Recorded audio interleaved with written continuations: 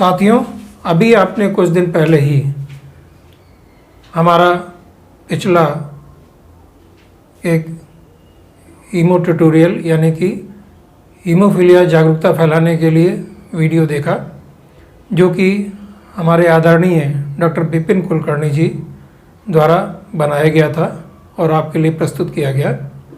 इसमें आपने वाहक स्त्रियों यानी कि कैरियर फीमेल्स की जो समस्याएं होती हैं उन पर उनके प्रश्नों के उत्तर इत्यादि और कुछ और अच्छी जानकारी आपने देखी और समझी। हमें पूरा उम्मीद है कि आपको ये उपयोगी सिद्ध हुआ होगा, आपको अच्छा लगा होगा। इसी क्रम में आज हम फिर डॉक्टर विपिन कुलकर्णी जी, जो कि scientist D, assistant director national institute of immunology Mumbai, जो कि ICMR की एक संस्था है, में विगत 20 वर्षों से काम कर रहे हैं, आपके लिए फिर एक नया व्याख्यान लेकर आए हैं। और इस बार डॉक्टर विपिन कुलकर्णी आपको विस्तृत जानकारी देने की कोशिश करेंगे, जैसे कि हीमोफीलिया क्या है, कितने प्रकार का होता है। इसके अलावा हीमोफीलिया की आनुवंशिकी अर्थात इसकी इनहेरिटेंस कैसे है, कैसे ये वंश में आगे बढ़ सकता है, इस बारे में भी डॉक्टर कुलकर्णी से आप जान सकेंगे। इसके आगे डॉक्टर कुलकर्णी से इस बार जानेंगे कि क्या कैरियर स्त्रियों की कोई जांच व्यवस्था है, क्या हम किसी जांच से या ब्लड की जांच या किसी जांच से ये जान सकते हैं कि अमुक स्त्री कैरियर या वाहक है अथवा नहीं। इसके और आगे डॉक्टर कुलकर्णी आपको ये भी बताएंगे कि यदि कोई वाहक स्त्री गर्भस्थ अवस्था में है, अर्थात उसके पेट में एक शिशु जन्म ले रहा है, उसकी स्थिति यानी उस शिशु के बारे में भी किन जांचों को करने से ये पता लगाया जा सकता है कि वो शिशु कहीं हीमोफिलिक तो नहीं है। इस बारे में भी जांच के बारे में आपको बताएंगे, ताकि इस बीमारी को आगे फैलने से रोका जा सके। और इन सब के अतिरिक्त आज कुछ नया, जिसे कि वान विलब्रांड डिजीज़ कहते हैं, ये डिजीज़ लड़कों अथवा लड़कियों दोनों में पाई जाती है और ब्लीडिंग डिसऑर्डर की कैटेगरी में आती है, के बारे में भी डॉक्टर कुलकर्णी से हम सब और अच्छी जानकारियां ले पाएंगे कि इसके लक्षण क्या हैं, कितने प्रकार की होती है, और क्या ऐसी स्त्रियां जो कि वान विलब्रांड डिजीज़ से ग्रसित हैं, क्या उनका भी गर्भस्थ अवस्था में कोई जांच हो सकती है। क्या उनके आने वाले परिवार में ये जाना जा सकता है कि ऐसी डिजीज़ आने वाले बच्चे में ना हो पाए। इस बारे में भी डॉक्टर कुलकर्णी आपको खूब विस्तार से बताएंगे।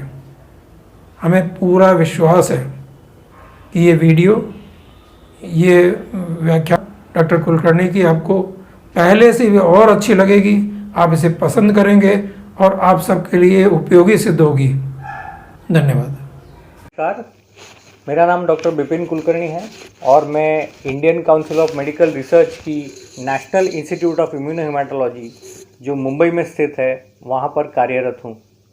इस वीडियो में हम देखेंगे कि ब्लीडिंग डिसऑर्डर्स क्या होते हैं, रक्तस्राव से जुड़ी बीमारियाँ क्या होती हैं, वो कौन कौन से तरह की होती है, उनका इनहेरिटेंस या उनका वंशानुगत उसका जो स्प्रेड होता है वो कैसे होता है, और उससे जुड़े कुछ सवाल है उसका हम यहाँ पे आज डिस्कशन करेंगे।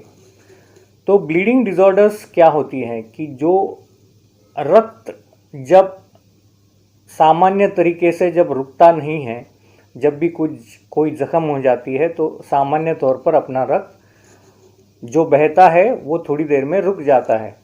जब वो उसमें कोई तकलीफ़ हो जाए, कुछ कमियां रह जाएं, उसकी वजह से अगर वो बीमारियां का स्वरूप ले लेती है और ब्लीडिंग नहीं रुकता, उसे ब्लीडिंग डिसऑर्डर्स कहा जाता है। तो सामान्य तौर पर हमारे खून को जमने के लिए खून के अंदर कुछ पेशियां होती है जिनका नाम होता है प्लेटलेट्स, और दूसरी तरफ जो ब्लड का प्लाज्मा होता है उसमें 13 अलग अलग तरह के खून जमने के घटक या जिसे कोएगुलेशन फैक्टर्स कहा जाता है वो मौजूद होते हैं। इनमें फैक्टर 8 और फैक्टर 9 भी मौजूद होते हैं जिनकी कमी को हीमोफीलिया कहा जाता है। तो ये हीमोफीलिया क्या है? ये जो खून जमने के लिए जो अलग अलग तरह के फैक्टर्स हैं उनको बनाने के लिए जो जिम्मेदार जीन्स होती हैं जो हमारे डीएनए में होते हैं वो अलग अलग क्रोमोसोम पर स्थित होते हैं। तो सामान्य तौर पर मनुष्य में 22 तरह के या 22 जोड़ियां होती है जिनको ऑटोसोम्स कहा जाता है, और इनके अलावा एक जोड़ी X, 2X या एक X और एक Y क्रोमोसोम की जोड़ी होती है। यदि दोनों X क्रोमोसोम की जोड़ी हो तो वो महिलाओं में पाई जाती है, और पुरुषों में एक X और एक Y की जोड़ी पाई जाती है 22 अन्य जोड़ियों के ऑटोसोम्स की जोड़ियों के साथ। तो ये जो फैक्टर 8 और फैक्टर 9 बनाने की जो जीन्स है वो दोनों जीन्स X क्रोमोसोम पर स्थित होती है। ये हीमोफीलिया जो है, यदि फैक्टर 8 या 9 ना बने उसे उस स्थिति को हीमोफीलिया कहा जाता है, और इसकी तीव्रता को 3 तरह की क्लासिफिकेशन में बांटा गया है। जो पहला होता है, जिन लोगों में 1% से भी कम अगर वो फैक्टर ना बनता हो, फैक्टर 8 या 9, उसे सीवियर या तीव्र स्वरूप का हीमोफीलिया कहा जाता है। दूसरा होता है मध्यम या मॉडरेट। इन लोगों में 1 से 5% तक फैक्टर 8 या फैक्टर 9 उनके शरीर में बनता है।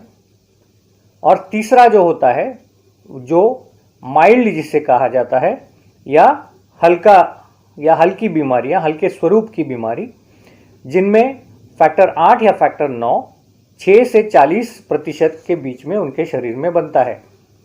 जो तीव्र तरह का हीमोफीलिया होता है या सीवियर, जिनमें 1% से भी कम फैक्टर बनता हो, उन पेशेंट्स में बिना किसी चोट लगे भी उन्हें ब्लीडिंग की तकलीफ हो सकती है और उन्हें सीवियर बीमारी रहती है। जो मॉडरेट या मध्यम तरह की होती हैं उन्हें स्पॉन्टेनियस, मतलब बिना किसी चोट की बीमारी या बिना किसी चोट के उनको ब्लीडिंग नहीं होती, लेकिन कोई हल्का चोट या हल्की जख्म हो जाए तो उनको भारी तौर पर ब्लीडिंग हो सकती है।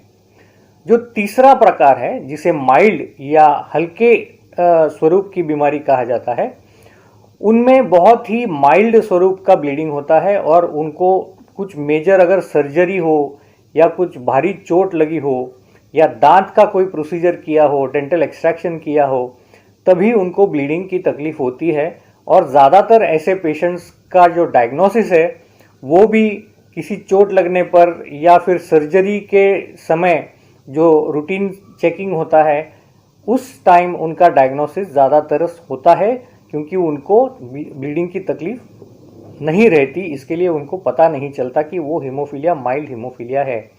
ज़्यादातर पेशेंट्स इस तरह से होते हैं। इनका जो इनहेरिटेंस होता है, मतलब वो कैसे एक जनरेशन से दूसरे जनरेशन में, एक पीढ़ी से दूसरे पीढ़ी में ये हीमोफीलिया कैसे जाता है, तो ये एक्स क्रोमोसोम के ऊपर होने की वजह से ये जीन्स, महिलाओं में 2 एक्स क्रोमोसोम होते हैं जैसे मैंने पहले कहा, तो अगर एक एक्स क्रोमोसोम उनका अगर डिफेक्टिव भी है, उनमें अगर वो फैक्टर नहीं बन रहा, तो महिलाओं में दूसरा एक्स क्रोमोसोम होता है जिसकी वजह से उनको ब्लीडिंग की तकलीफ नहीं रहती, वो कैरियर या वाहक हो जाती हैं। लेकिन जो पुरुष होते हैं उनमें सिर्फ एक एक्स क्रोमोसोम होता है और दूसरा जो होता है वो वाई क्रोमोसोम होता है। तो जब ये एक्स क्रोमोसोम जो माँ से आता है वो अगर डिफेक्टिव वाला उनके पास अगर एक्स क्रोमोसोम आ गया तो उनको हीमोफीलिया की बीमारी रहती है। तो पुरुषों में बीमारी रहती है और महिलाएं जो है वो वाहक होती हैं, वो कैरियर होती हैं। तो इनमें कैरियर में 2 तरह के होते हैं। एक को हम जिसे कहते हैं कि ऑब्लिगेट कैरियर, या जो होते हैं कि वो कैरियर ही होते हैं, वो किन्हें ऑब्लिगेट कैरियर कहा जाता है। यदि हीमोफीलिया पेशेंट जो पुरुष है उसको बेटी होती है या जितनी भी उनको बेटियां होती हैं, तो वो सारी बेटियां ऑब्लिगेट कैरियर्स हो जाती हैं, क्योंकि पुरुषों के पास एक ही एक्स क्रोमोसोम होता है और जो हीमोफीलिया वाला पुरुष होता है उसमें वो एक एक्स क्रोमोसोम जो है वो बीमारी वाला होता है, तो वो अपनी बेटियों को वही एक्स क्रोमोसोम की कॉपियां देता है और दूसरा एक्स क्रोमोसोम की कॉपी वो अपने माँ से इनहेरिट करती है।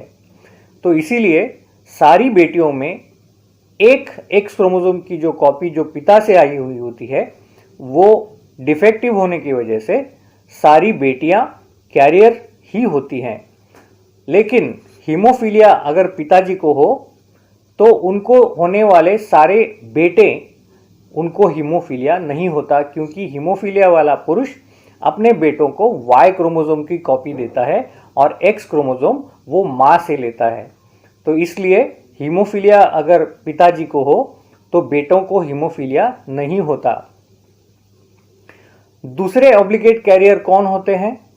जो वो महिलाएं जिन्हें दो बेटे हीमोफीलिया के अगर हुए हों, तो वो महिलाएं कैरियर ही होती हैं ज़्यादातर, क्योंकि उनको दो बेटे हीमोफीलिया के ऑलरेडी हो चुके हैं। और तीसरे वो महिला होती हैं जिनको एक बेटा हीमोफीलिया का हुआ हो, लेकिन उनके मायके में कोई अन्य व्यक्ति को भी हीमोफीलिया हो, जैसे कि उनके भाई या उनके बहन के बेटे, उनको अगर हीमोफीलिया हो और उनको एक बेटा हीमोफीलिया का हुआ हो, तो ऐसी सूरत में वो भी कैरियर ही होती हैं। और दूसरा जो होता है जो संभावित कैरियर, कि वो कैरियर हो भी सकती है या नहीं भी हो सकती है। ऐसी महिलाएं कौन होती हैं? वो महिलाएं जिनके भाई को हीमोफीलिया हो। तो अगर भाई को हीमोफीलिया है तो बहन कैरियर हो भी सकती है या नहीं भी हो सकती है, तो उनका कैरियर टेस्ट करना ज़रूरी हो जाता है। दूसरा, जो हीमोफीलिया पेशेंट है उनकी मौसी हैं, वो मौसी को उनको अगर अभी शादी नहीं हुई है तो वो भी संभावित कैरियर हो सकती हैं। यदि उनके पिता को हीमोफीलिया ना हो तो वो मौसी भी संभावित कैरियर हो सकती है। अगर वो मौसी कैरियर हो गई, अगर होती है कैरियर, तो उनकी बेटियां अगर कोई है तो वो भी संभावित कैरियर हो सकती है। अब ये हीमोफीलिया में करीब 40% जो म्यूटेशंस होते हैं या 1/3 से भी ज़्यादा ये स्पोरेडिक हीमोफीलिया होते हैं, मतलब उनमें कोई भी व्यक्ति हीमोफीलिया वाला उनके खानदान में नहीं होता और अचानक से कोई एक बेटा हीमोफीलिया से पैदा हो जाता है। उन्हें स्पोरेडिक केसेस कहा जाता है, लेकिन ऐसे केसेस की मात्रा 30 से 40% या 1/3 से ज़्यादा है, क्योंकि फैक्टर 8 जो है ये जीन हाईली म्यूटाजेनिक, मतलब जिसमें म्यूटेशन रेट बहुत ज़्यादा पाया जाता है, इसलिए नए केसेस 1/3 से ज़्यादा पाए जाते हैं या देखे जाते हैं। अब कैरियर टेस्ट जो है हीमोफीलिया में वो क्यों करना ज़रूरी है? यदि आपके फैमिली में किसी पुरुष को हीमोफीलिया है तो ये हीमोफीलिया की बीमारी शांत या साइलेंट तरीके से महिलाओं के द्वारा दूसरे या नेक्स्ट जनरेशन में अगली पीढ़ी तक जा सकती हैं। ये ना जाएं, इसलिए ऐसी फैमिलीज़ में जो महिलाएं होती हैं, जैसे मैंने अभी कैरियर्स का एक्सप्लेनेशन दिया, उन महिलाओं का कैरियर टेस्टिंग करना ज़रूरी हो जाता है। और उनका कैरियर टेस्टिंग करने के बाद यदि वो कैरियर निकलती हैं तो बाद में प्रेगनेंसी में रहने के बाद भी प्रेगनेंसी का जो होने वाला पेट का बच्चू है उसका भी टेस्टिंग कर सकते हैं, जिसकी वजह से आप अपनी अगली पीढ़ी में हीमोफीलिया रोक सकते हैं। अगली पीढ़ी में हीमोफीलिया की बीमारी को आप फैलाव वहाँ पे रोक सकते हैं। और जैसे मैंने कहा कि कैरियर टेस्टिंग किसका करना चाहिए, जो हीमोफीलिया पेशेंट होता है उसकी बहनों का कैरियर टेस्टिंग करना ज़रूरी है। जो मौसी होती है, माँ की बहन, उसका कैरियर टेस्टिंग करना ज़रूरी हो जाता है। यदि वो कैरियर निकलती हैं तो उनकी बेटियां अगर कोई है तो बेटियों का भी कैरियर टेस्टिंग करना ज़रूरी हो जाता है। और ये ज़रूरी नहीं, अगर किसी महिला को 2 से ज़्यादा अगर कैरियर महिला है तो उसको 2 से ज़्यादा अगर नॉर्मल बच्चे हों तो इसका मतलब ये नहीं है कि उन्हें कभी हीमोफीलिया वाला बच्चा नहीं होगा। कैरियर्स को, जो कैरियर महिला होती है, उनको हीमोफीलिया बच्चा, बेटा होने का चांस हर प्रेगनेंसी में 25% होता है। तो ये 25% चांस हर प्रेगनेंसी में होने की वजह से यदि ऐसी महिलाओं को पहले 2 या ज़्यादा बच्चे नॉर्मल भी हुए हों तो उनको भी फिर भी अगर वो नेक्स्ट प्रेगनेंसी में जाते हैं तो उनको प्रेगनेंसी का टेस्ट करना ज़रूरी हो जाता है। और ऐसी महिलाओं में सिर्फ फैक्टर ऐसे करने से वो कैरियर है कि नहीं इसका पता नहीं लगाया जा सकता। कैरियर महिलाओं में भी फैक्टर 8 या फैक्टर 9 जो है वो नॉर्मल रेंज में हो सकता है।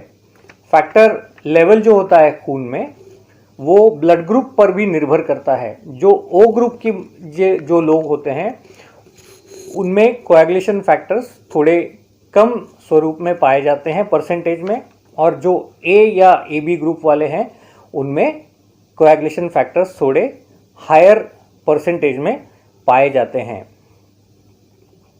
कैरियर टेस्टिंग कब करना चाहिए? यदि आपके फैमिली में कोई हीमोफीलिया वाला पुरुष है, जैसे कि हीमोफीलिया बेटा है, तो उसके जो बहनें हैं, और जैसे मैंने कहा कि बहनें या मौसी, या अगर मौसी कैरियर है तो उनकी बेटियां, इनका कैरियर टेस्ट उनकी शादी होने से पहले कर लेना अच्छा है। किन्हीं कारणवश अगर आप शादी होने के पहले अगर कैरियर टेस्ट ना कर पाएँ तो उनका प्रेगनेंसी रहने से पहले उनका कैरियर टेस्ट कर लेना कभी भी अच्छा होता है। अब प्रेगनेंसी टेस्ट कब करना चाहिए? यदि कोई कैरियर महिला प्रेग्नेंट रहती है तो उसके पेट का बच्चों का जो टेस्टिंग होता है वो जो पहली तिमाही में कर लेना कभी भी अच्छा होता है, जैसे कि 12वें हफ्ते में कर लेना। लेकिन वो करने से पहले आपको हमें इत्तला करनी होती है ताकि हम आपका अपॉइंटमेंट फिक्स कर सकें। इसलिए आपको ये करना है कि जो भी महिला, कैरियर महिला अगर यदि प्रेग्नेंट रहती हैं तो आप 4 से 6 हफ्ते में आपका एक सोनोग्राफी कर लीजिए और हमें फ़ोन करके आप अपना सोनोग्राफी रिपोर्ट फ़ोन पर बताइए कि आपने इस तारीख को सोनोग्राफी की है और उस तारीख को सोनोग्राफी में कितने हफ्ते और कितने दिन की प्रेगनेंसी दिखा रहा है। तो उस बेसिस पर हम आपका पहली तिमाही में 12 हफ्ते में आपका पेट के बच्चों का, जिसको कोरियनिक विलस सैम्पलिंग कहा जाता है, उसका अपॉइंटमेंट आपका तय कर देते हैं। उस तारीख को आपको हमारी इंस्टीट्यूट में आना होता है और जिसको हीमोफीलिया है उस व्यक्ति को भी साथ में अगर लाएं तो अच्छा होता है, ताकि उसका म्यूटेशन यदि हमको पहले से पता ना हो तो उसका म्यूटेशन भी हम पता कर सकते हैं और उस बिना पर आपका टेस्टिंग भी हो सकता है। आपका रिपोर्ट आने को हमको कम से कम 8 से 10 दिन का समय हम लेते हैं, जिसमें आपका रिपोर्ट आ जाता है। यदि आपका म्यूटेशन आपकी फैमिली में जो है हमको पहले से अगर पता है, आप अगर दूसरी या तीसरी बार हमारे पास टेस्टिंग के लिए आ रहे हैं और आपका म्यूटेशन यदि हमें पता हो तो ये रिपोर्ट आपका 2 या 3 दिनों में भी आ सकता है।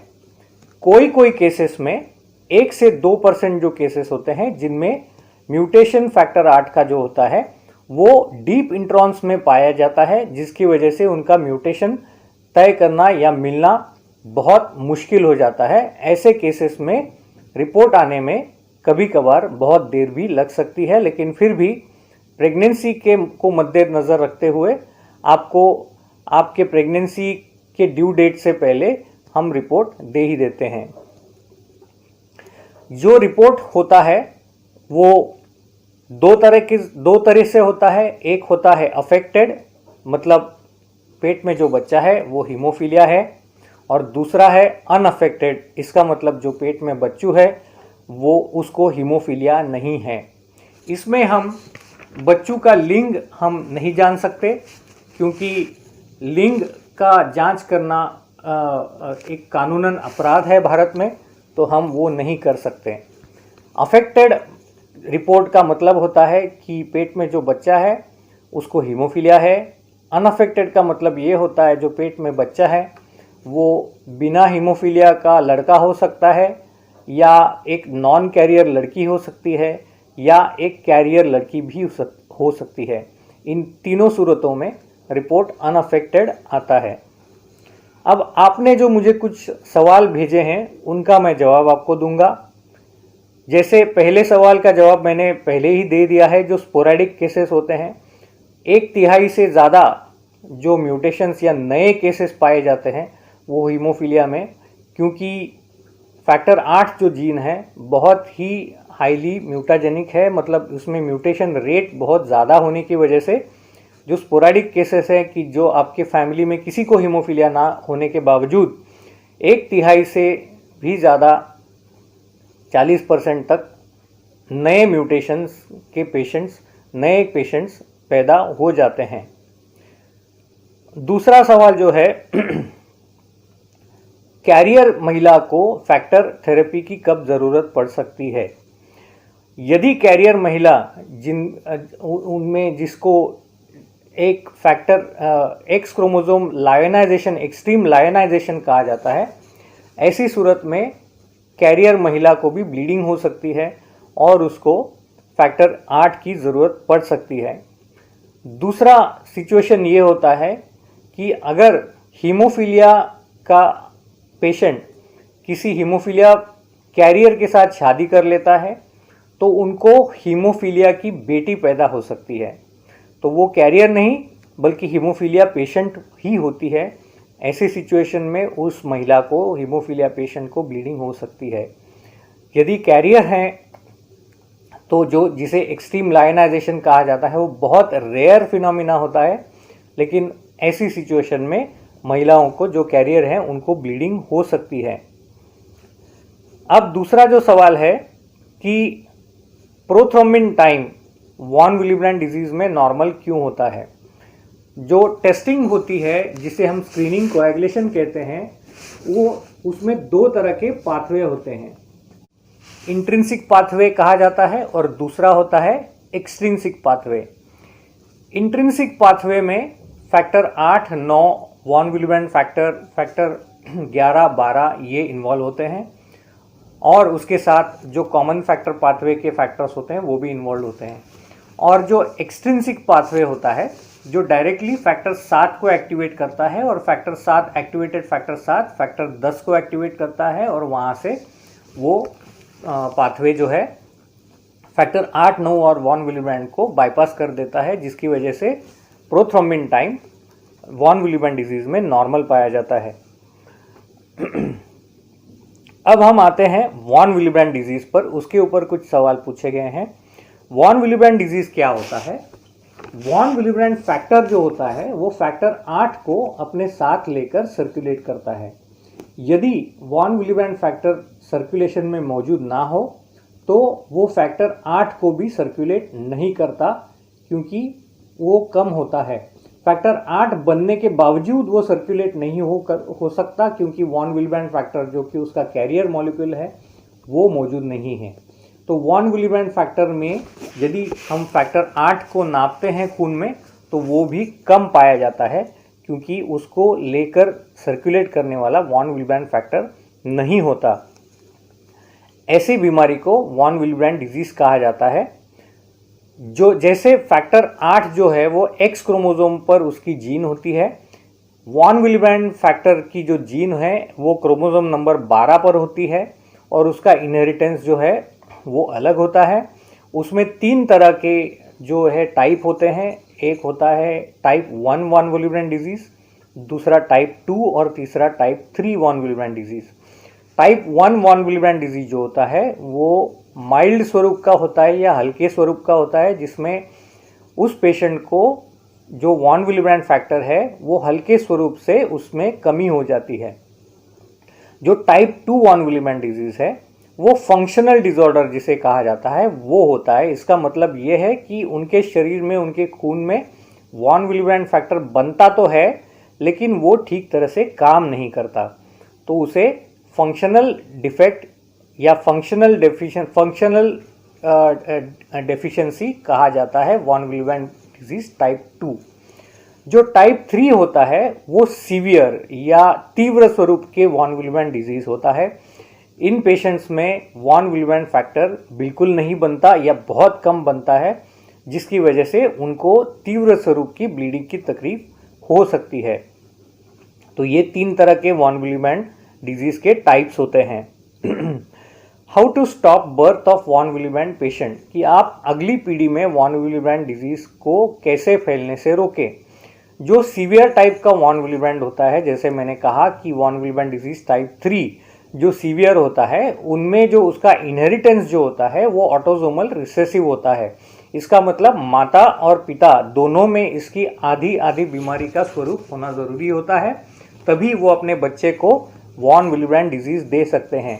तो इसका सबसे बेस्ट तरीका ये है कि आप खून के रिश्ते में शादियां ना करें, खास करके जब आपके नज़दीकी रिश्तेदारों में या आपके ख़ानदान में ऐसी ब्लीडिंग की बीमारियां किसी को अगर हो तो।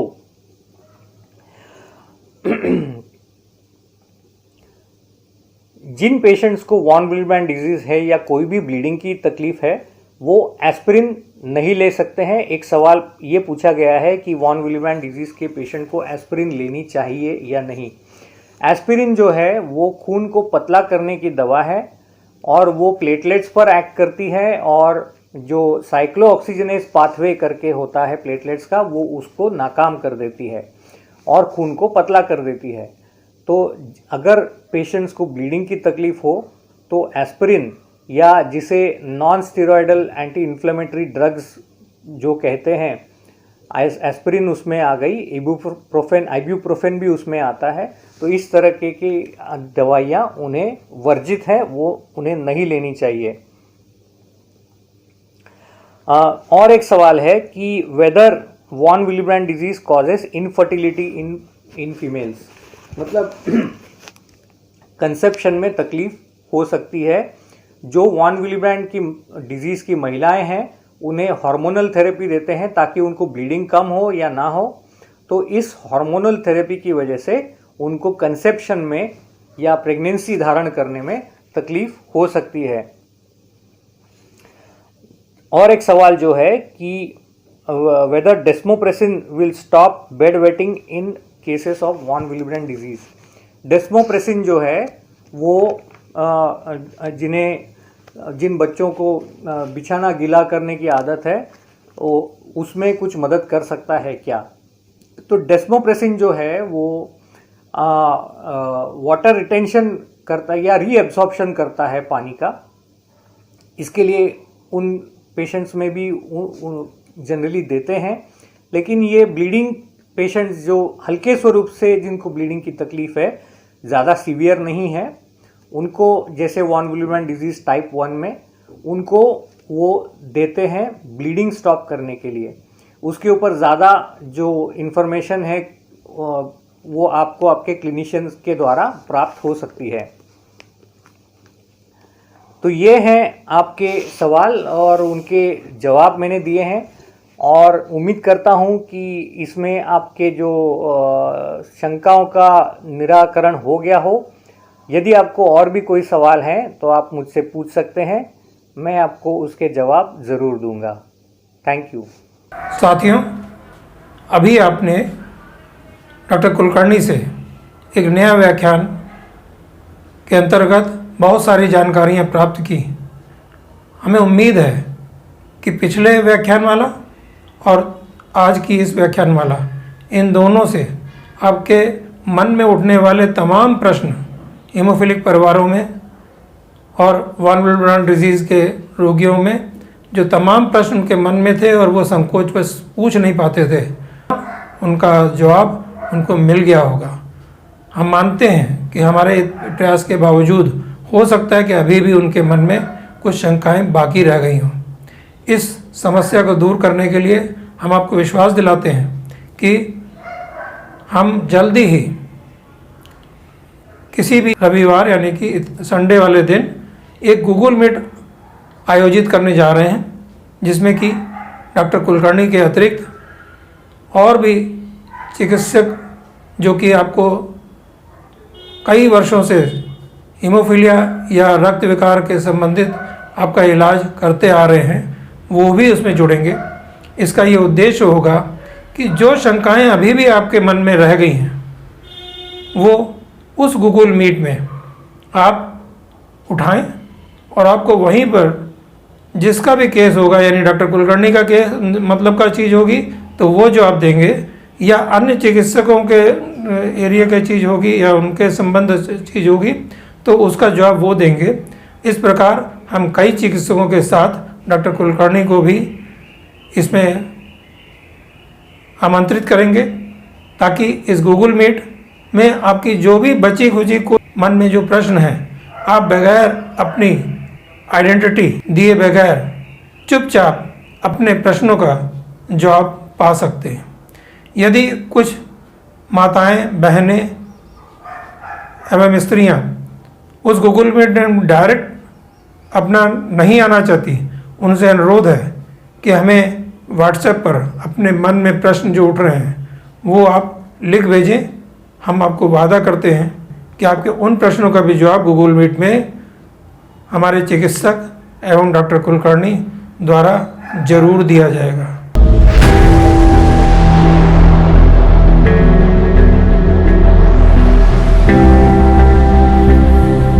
हमें पूरा विश्वास है कि आपके लिए ये जो जागरूकता का अभियान हीमोफीलिया सोसाइटी लखनऊ चला रही है वो बहुत ही उपयोगी आप सबके लिए सिद्ध होगा। कृपया अपना स्नेह बनाए रखें।